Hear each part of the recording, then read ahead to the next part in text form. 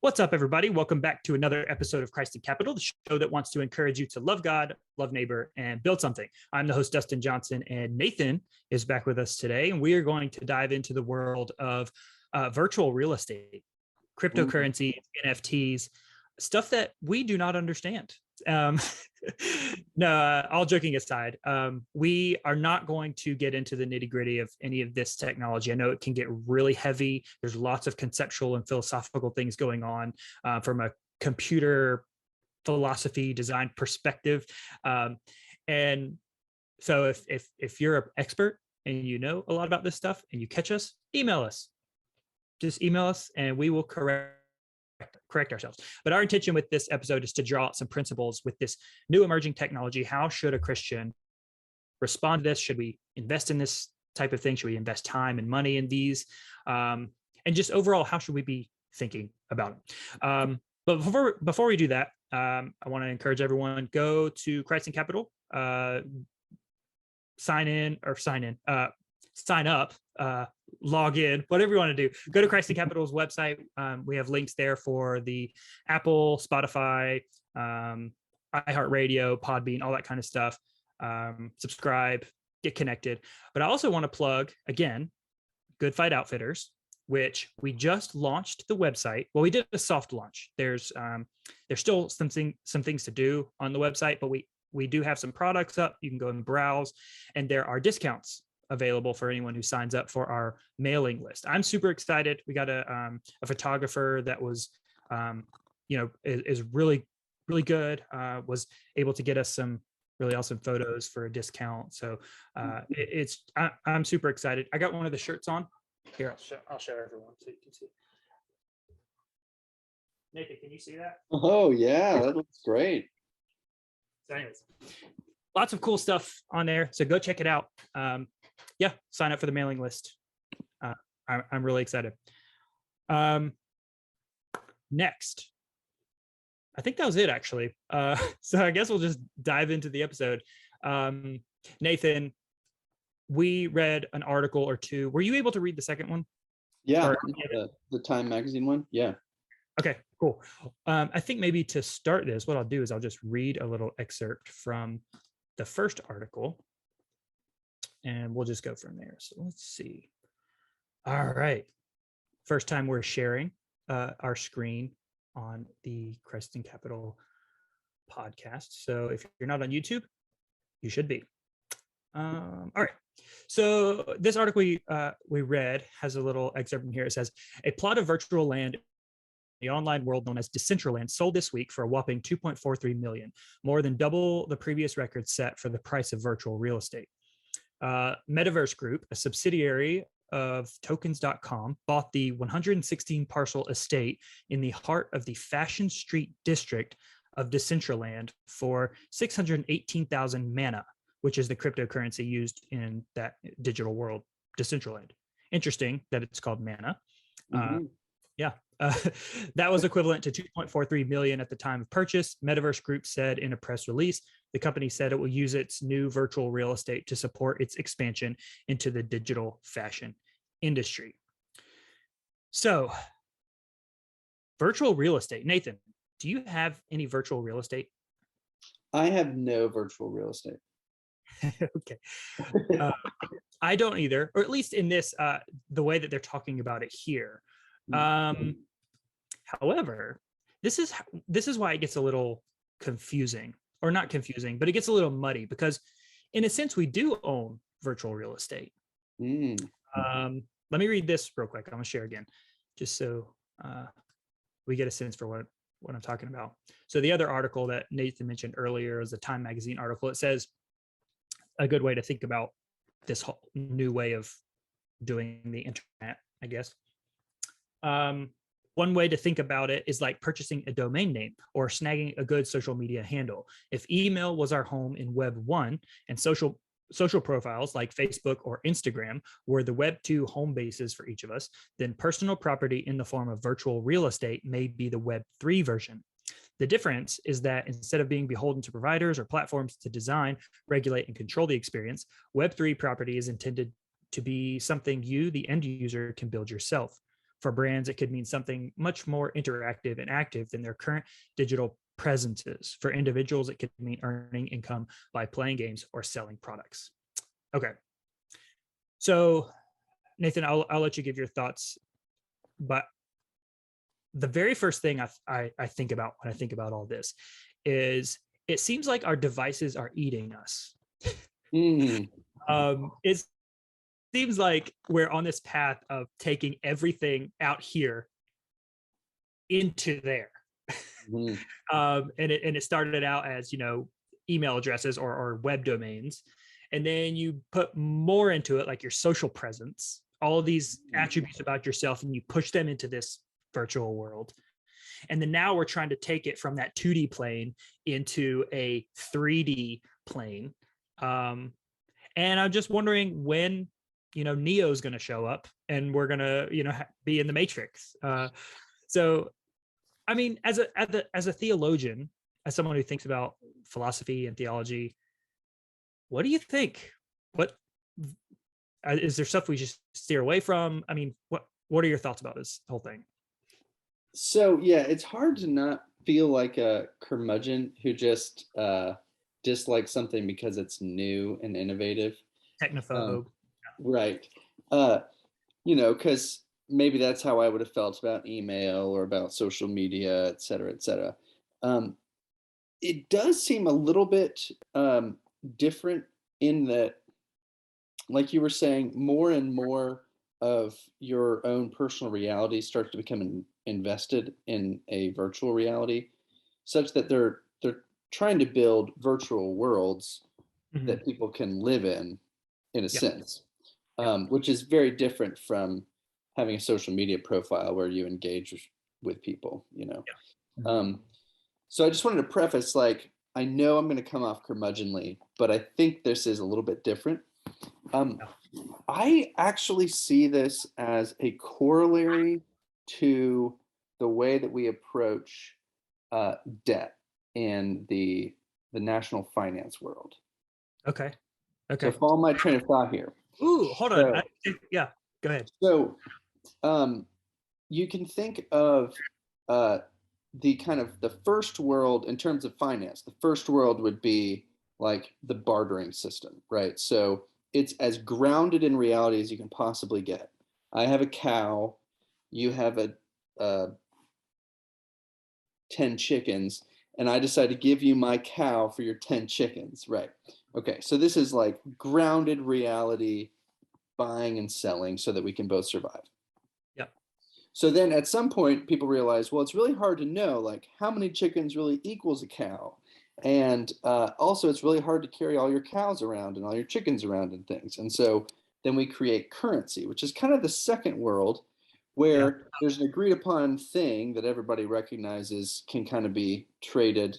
And but we all recognize that it's valuable for trading. And so in a sense, it's a little bit less grounded in reality because we collectively have to just decide what that currency is, like say gold, and it makes sense if you use a scarce resource, people can't just find it on their own and become super rich. Yeah, scarcity is that's the huge factor in the underlying technology that's underlying all this stuff.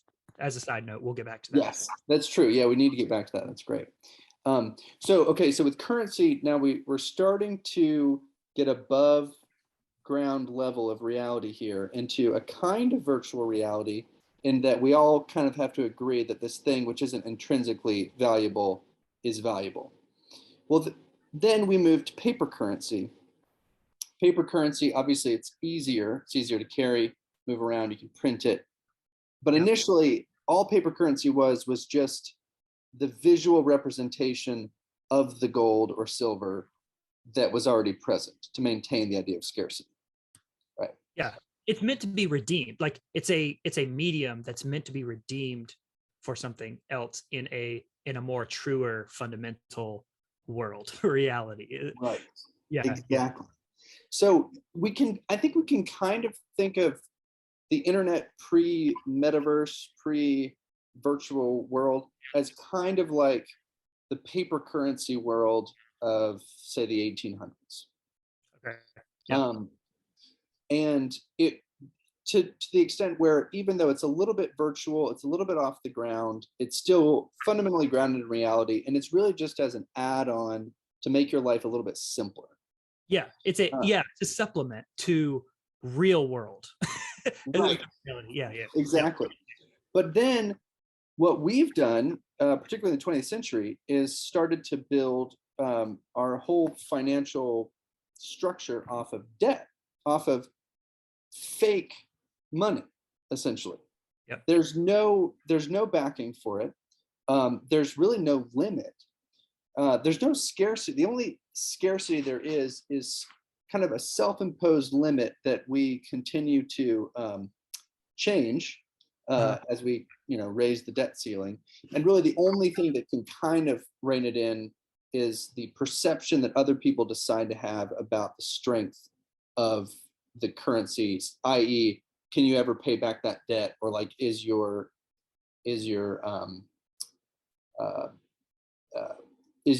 economic structure strong enough to sustain, crises in the future, sort of thing. But we've gotten so far off the ground that we're basically living in a false reality at this point. And everyone's asking the question, how far can we push this debt thing since it's all made up anyway? Yeah. And you start to realize that like you're floating really high in the air now, and you look down and you've got nothing underneath you. And you start to wonder, is this really just human hubris at this point? Is this the Babel project? Are we we're not even playing with the created tools that God has given us to be image bearers working and keeping his earth that he's given us, dominion makers.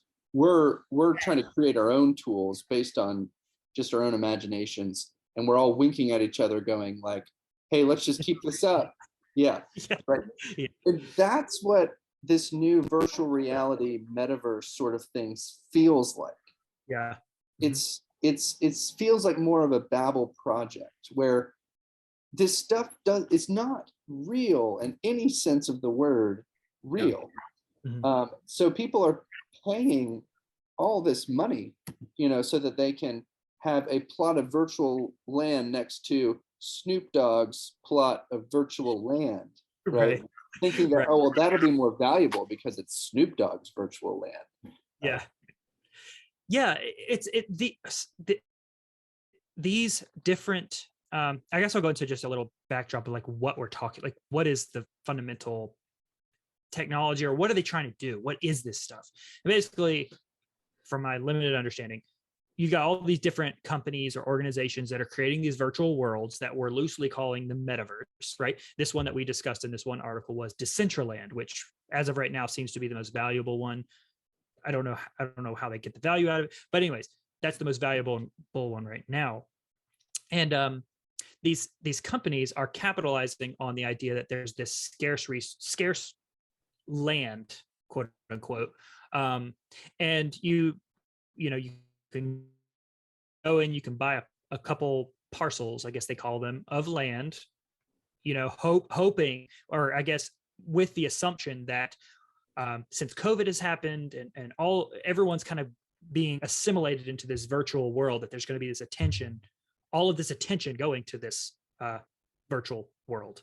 And because of that intention, you can monetize it, right? We talked about monetizing attention in the Social Dilemma episode that we did. But that's the idea. It's like attention. There's going to be a whole bunch of people going into this stuff. These companies buying these big plots of land, parcels of land, hoping that they'll get eyes on it. that's the fundamental thing. But like what you were saying, Nathan, this is it's not meant to be an end in and of itself. It can't be, because we're human beings out here, right? We have needs out here. We need food, we need water, we need sustenance, we need all that stuff out here. And so there are some people that I think are kidding themselves and thinking that we can assimilate all of life into the metaverse, right? With the virtual reality goggles, you can walk around and have your own avatar and all of that stuff. You can invest in land, or do jobs in the metaverse and earn income, cryptocurrencies that can, buy you stuff in the metaverse. But all of that stuff really has to be redeemed for stuff out here, right? It can't, it's not an in and of itself. You can't stay there. You're a human body, you're a human being who has to use this thing as an end for something else, or not an end, a means for another end out here, right? So that's why I think most of this stuff is speculative, right? Maybe down the road we will have more fundamental investment principles that we can kind of develop within the metaverse that people can use. But still, it's speculative. You're going in and you're trying to flip a profit to get the money back out here. Whether that's through crypto, some people may want to keep their stuff in crypto, which I think is fine. But like what you were saying, the crypto stuff is really just like you're saying, the debt thing. It's a paper. It's at the level of like paper currency. This just represents something else out here that we value. So in my mind, it's just a speculative investment. I think Christians, I wouldn't go after the shiny new thing, like some of our listeners have mentioned earlier. I wouldn't go after the shiny new thing right now. I would wait if you want to use it as an investment opportunity, but don't kid yourself into thinking that all of life is going to be kind of consolidated and assimilated into this metaverse reality. No matter how bad COVID hit us and we're all doing Zoom meetings, that doesn't, I mean, me and you right now are in the virtual world, quote unquote. We have bodies. We have bodies, real fleshly bodies that need to be provided for. We need to eat. God has designed us with bodies that are not they're not passing away. I mean, we are passing away, but there's real value here in our redeemed state. We're still going to have bodies. We're going to have flesh. It's going to be us, and there's something valuable about that. So that's what I think you're right. I think this is kind of like a grown-up, like a grown-up economic version of immersive video games. Kind of, it's like World of Warcraft, right? But it's like World of Warcraft meets, Second Life and The Sims, and it's like kind of like that. Exactly. Except people can make theoretically millions of dollars. They can also lose millions of dollars too. So the stakes are pretty high. But it's just kind of like wanting to live in a video game sort of idea. Yeah. And on the one hand, if somebody is savvy enough to see that here's this newfangled thing and they read the industry right and they at the right time purchase some digital land and sell it a year later and make a huge profit, good for them. But this is not the new economy. Like at the end of the day, it's not real. Yeah, it's an investment instrument. Right. A little more complex, but it's and with crypto, like what makes the crypto thing so interesting, which we should definitely do an episode on crypto, is that crypto was extremely speculative and very, very dangerous to invest in early on. But it actually became a pretty stable sort of investment the moment that it entered into the real world. So once government started regulating it, once you could actually buy, like lots of things now take crypto. They've got, you can have a crypto credit card, you can have a crypto debit card, you can have a crypto bank account. And suddenly now it becomes real world currency. Now, it's a fascinating concept that non-government people were able to create real world currencies, Right. I mean, that's just like, that's an amazing, amazing thing. But what made crypto something that's here to stay is the fact that it got brought into the real world. Yeah. Yeah. And it, yes, because it now represents something real, tangible, a claim on dollars, which the dollars are a claim on gold, right? Mm. The crypto fans, which crypto is not doing too well right now, but I think it will in the long term be pretty sustainable, probably. Because we've talked about the concept of it, there's a scarcity aspect to it. You can't just make it up, right? They mine for it. It's very stable in its supply, I guess you'd say. The same thing with dollars and gold. You can't just make gold up out of nowhere. You have to find it. It's very stable. And I think that's the biggest draw right now with crypto, is that you don't have a central bank or a centralized entity who can just make up more dollars, devalue the currency. They can't engage in fractional reserve banking, any of that sort of stuff. It makes it pretty attractive to some investors, and I don't blame them. But I do want, maybe we can do an episode on cryptocurrencies some other time, but the same thing with cryptocurrencies and NFTs, non-fungible tokens. The valuable aspect under it is the blockchain technology. It's the technology that allows for the constraining of that supply, or not constraining, but the stabilization of that supply underneath that thing in a digital world, where previously it's like you could just copy paste, right? You could just make up as much as you want, you can create as much as you want in a digital realm. But what the blockchain does is it provides this digital ledger that assigns a unique value to all these different actions and things within the metaverse that can't be messed up, non-fungible tokens. NFTs right now are big in art. People are calling them artwork, but NFTs are also used for financial stuff, for data protection stuff. It's used for medical stuff because of its security. That's the real draw there. So, and I think the same thing, we're dealing with a scarcity aspect with the virtual real estate stuff as well. There's this constrained amount of stuff. You got to hurry up and go in and get it. It rushes demand.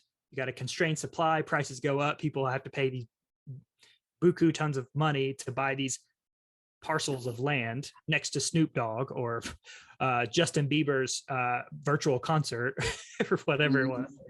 I think that's really the fundamental of what's going on. What's so weird about it is just that I can wrap my mind around spending real world dollars on a virtual currency that rises or falls based on, kind of market economics, and that then can either be used as that currency or exchanged again for dollars. We're still in the kind of the currency mode, but like when you're using real world dollars to actually buy a virtual thing that is nothing, right? Like virtual land. Yeah.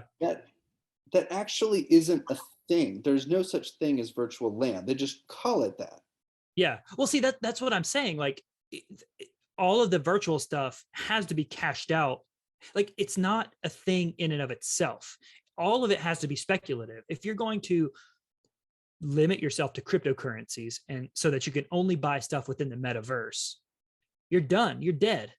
You can't live off that. You're going to die. So you could trade all you want back and forth in the metaverse, but ultimately that has to come out here somewhere and buy someone's skills or products next door so that you can get food for yourself and your family. You can sustain these more fundamental things, the more fundamental realities of the universe that God has built into our real fleshly world. Fleshly, not in the bad sense. Right. Do you think this is an example of like gluttony in a sense. Like it might be a weird gluttony or avarice. The idea that, okay, so maybe you could just call it decadence, right? So we've got up until like 5 seconds ago, the idea of kind of how do you make a sustainable living is you get a job, right? And you buy real estate. Yeah. And maybe you buy just enough so your family can live on it, or maybe you buy a little bit more. Maybe you farm it, maybe you sell it.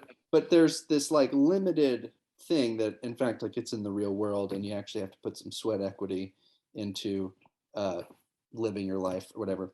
But it's almost like, well, not everybody can buy land, and not everybody wants to do normal jobs. And so why don't we just expand the notion of reality to include something that a whole nother subset of people can kind of get, and we'll kind of mirror it to the real world. It's limited. We'll call it land. We'll say you can have virtual jobs, but it's really just kind of, it almost feels like we've eaten up all of the real world, and now we're just kind of creating a virtual world to start eating up too. Yeah, exactly. You talking about jobs just then made me think of like the government contractors that are contracted to go and take dirt from one side of the road to the other side of the road. Like we're just making up a job just so that we can say it, but it provides no actual value to anyone. I don't know. I don't know if I would call it, if you're comfortable with calling it avarice or gluttony, I'll go with it. Maybe it's too strong. But to your point, that idea of value, I think, is important. And it's not like before virtual reality. It's not to say that every job had value, but there is a sense in which we're not just called to make money. Right. We're not just called to do something with our 24-hour days. Like, we're called to do work that's of value. And this just seems kind of made up. Yeah. I was thinking about this, and I need to develop this a little bit more, but it seems like the metaverse and this stuff is really capitalizing on the constraining supply, right? You've got a constrained supply, increases demand, all that kind of stuff. There's a lot of that going on where the focus is on let's limit stuff. Whereas in the real world, ideally, the idea is to, though we have to deal with scarcity in our resources, and that's a reality, the objective is to expand the supply, expand the pie. Whereas the focus, it seems like in these kind of metaverses and all that stuff, is like, let's keep it to a small amount, that way we can charge this certain amount for really high prices. I don't know, I need to develop that a little bit more, but that's kind of like something that's gnawing at me. So, well, I think you're right. I think there's something strange. Obviously, supply and demand is kind of at the bedrock of how economics works, and you need scarcity in order for things to have value. But nobody's ever said that scarcity is the only thing that gives something value. That simply because something is scarce, therefore it's worthwhile. That doesn't actually make any sense. Right. So it almost seems like, well, let's create something that's scarce. Right. I only have one of these things. Right. And of course, the only reason why it ends up having value is because then people are told that it has value, and so and people believe it. And so now, if you get enough people who play the game, then suddenly it has value. But it's totally based on something that's it's based in a sense on a lie. You know, I know I'm being really morally harsh here with this whole thing, but you know, it seems like it's based on a lie. Yeah.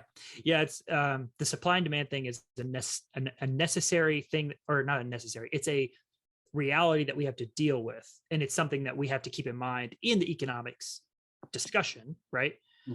But ultimately, our job is to make more. We're going to Mars, right? Yeah. So like we're expanding. Like that's the idea. And I think as Christians, our objective is dominion, right? More resources, more enjoyment of God out there in the universe, to cash in on the enjoyment of God. The what does the Westminster say? The glorification of God and the enjoyment of Him forever, or Yeah, to glorify him and him forever. enjoy Him forever. Yeah, so that's the end goal, and it's expansive. It's go out there, go into the unknown, do that.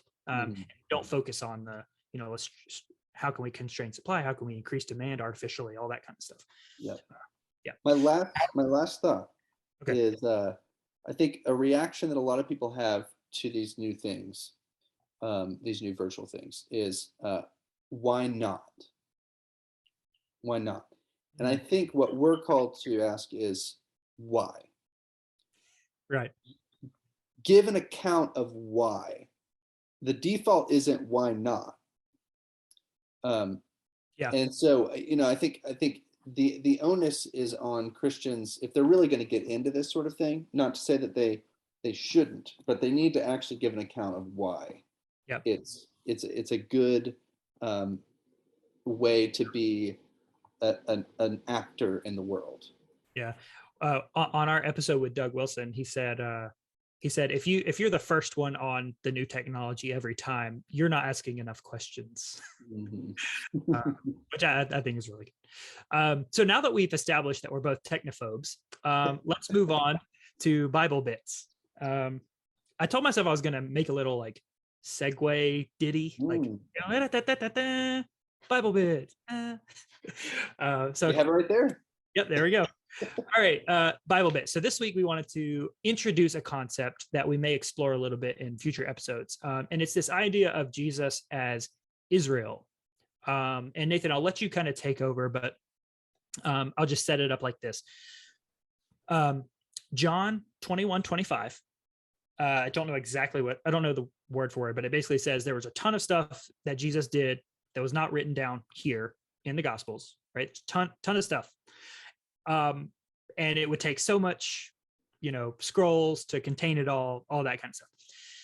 And so my mind goes to, okay, well then what's the framework? How did they decide what to write down in the Gospels? What was the deciding factor? And one of the things that we've discussed in the past is that in some of these Gospels, it's pretty clear to some commentators that Jesus is following Israel's story from the Old Testament. And what's written down about what Jesus was doing is in a pattern that maps on to Israel's history. And so I kind of want you to just take it and run with it. I'm not going to set it up too much. Is that legit? What are your thoughts on that? Yes, it is totally legit.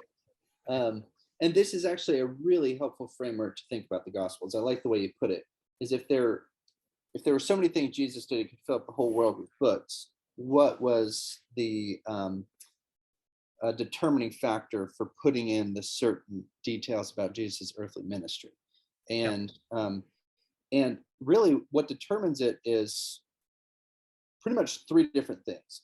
How Jesus' earthly ministry fulfills his role as the new Adam, how Jesus' ministry fulfills his role as the new Israel, and then how Jesus' earthly ministry communicates the essential nature of what he's come to do.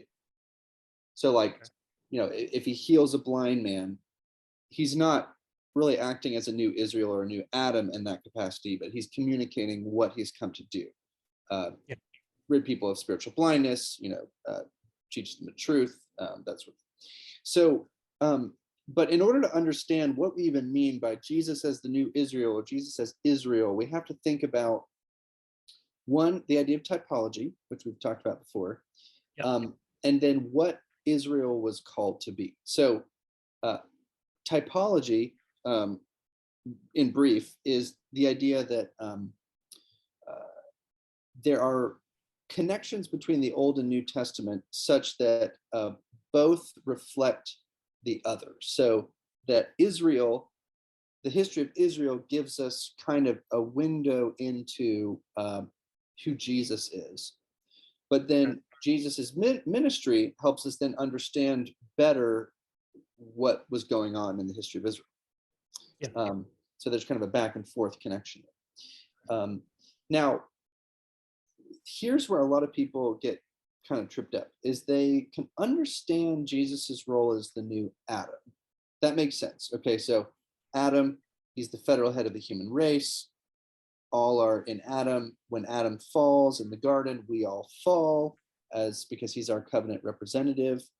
Now Jesus comes, and Scripture even calls him the second Adam, and he basically undoes what Adam does at the fall, and those who are in Christ are given new life. Romans 6 sort of idea. Yeah. So everyone kind of gets that, but then actually most of the details about Jesus' earthly ministry mimic Israel's history, not as much Adam. There is some Adam in there, like particularly what happens in the Garden of Gethsemane, what happens at the cross. There's definitely some Adam in there. But why this history of Israel stuff? The key piece is that after Adam fell, God promises a seed, right, that will crush the serpent's head. Yep. And then we get that seed imagery again with Abraham, who is the father of Israel, right? Through his seed, the nations of the earth will be blessed. Yep. And so the idea is that the Old Testament is narrating how through Abraham, the nation of Israel was the second Adam. Israel was called to be God's new firstborn son. So Scripture calls Adam his son. We get that in Matthew, Adam, son of God. But then throughout the Old Testament, Israel's called God's firstborn son. He's their son. He makes a covenant with Adam. He makes a covenant with Israel. Adam has a law, the covenant of works in the garden. Israel's given a law, the Mosaic law, 10 Commandments. The Canaan was supposed to be like a new Eden. Israel was supposed to be a blessing to the earth. Through Israel, all of the earth was supposed to be redeemed. And basically the idea was that Israel was going to be the means through which God would undo everything that Adam did. Israel was the new Adam. But of course, what we see is that in the history of Israel, Israel becomes just like the old Adam. Okay. That's the idea, right? Yeah. And so when Jesus comes as the new Israel, he is fulfilling the mission that God gave Israel to fulfill, but failed to fulfill. And so first, he has to undo all of the sins of Israel. So he goes through the history of Israel, but does it correctly, where they failed. And then he teaches the Jews what they were called to do. So we have a lot of emphasis on outsiders, Gentiles, the poor, the oppressed, all of the people that the Jews were supposed to be being a light to and being a blessing of. Jesus starts doing that. He starts to actually do the ministry that Israel was called to do. Yeah. And so in that sense, Jesus is the new Israel, which is then why we can understand how Paul talks about, just as we're in Adam, we're in Christ as the new Adam, we're also in Christ as the new Israel. He's called the vine. Israel was called the vine in the prophets, and but the vine grew wild grapes. And but now we have a new Israel. Are you part of that new vine? And he says, if the Gentiles are part of that new vine, they're actually part of the true Israel. Right? Yeah. That whole passage does not make sense. The idea that those who are attached to Christ are part of the true Israel, even if they're Gentiles, makes no sense unless you understand how Jesus is the true Israel, the new Israel, the second Israel, right? So obviously that's just a flyby, and we can get into the details another time. But this whole concept is essential to understanding the earthly ministry of Jesus and how Paul talks about Jesus. Yeah, I do think it's kind of revolutionary when you start looking at the way, and I've talked about it before, the way that the Gospels are designed. And it sounds kind of weird, some people may get a little sketched out that you talk about the gospels being designed rather than a strict historical account, which it is historical account, but there's a design, there's an intention of what things are put in here, what it's trying to communicate. The Bible bit section was really meant to clue people into the ways that the Bible communicates, not necessarily explicitly, but kind of more implied and under the surface. There's this message going on, under the surface. And there are really cool instances, and we'll highlight them in future episodes, where you can definitely see, whoa, Jesus is doing basically what Israel, key points in Israel's history. He's like redoing these things. Sometimes he's reversing, sometimes he's just redoing, sometimes he's, it's just a recapitulation of that whole thing, which I think is really, really cool. And I'm super excited to dive into it. One of the ones that was not in my list, but I wanted to just kind of throw out here and get your thoughts. Cain and Abel. The older brother killing the younger brother because the younger brother's sacrifice was appropriate, was deemed appropriate, or there's this imagery going on where, like, Jesus is the younger brother there, because he technically came second in a historical sense. Israel was the firstborn, the first brother. Jesus comes, he's the second brother. He's the one that the older brother kills because his sacrifice. Anyways, there's just a lot of that imagery going on. And it makes all those songs about how, like, Jesus is Abel takes on a new meaning. Right, yes, Abel in that sense, yes. Yeah. Exactly. Well, and that's what Hebrews picks up, because Hebrews says that Jesus' blood is a better word than the blood of Abel. Yeah. So yeah, that's great. So that's kind of like that's not yet in Israel's history, but it's still kind of this like overarching thing where, the Bible's communicating something's there that it's trying to communicate that's not necessarily explicit, although, you just said it does touch on it a little bit. But all right. And I'm excited to jump into those next time. Yeah. So, Nathan and I are technophobes. We like talking about Bible bits. Yeah, if you're a Christian and you want to invest in virtual real estate, NFTs, crypto, go ahead. But ask more questions on the front end. So, all right. That's it. Anything else, Nathan? This was virtually the best episode we've ever done. Yeah, it was virtually the best virtual episode we've ever performed.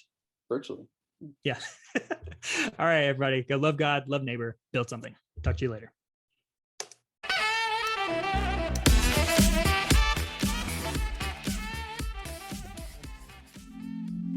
This has been a Manifold Ministries podcast.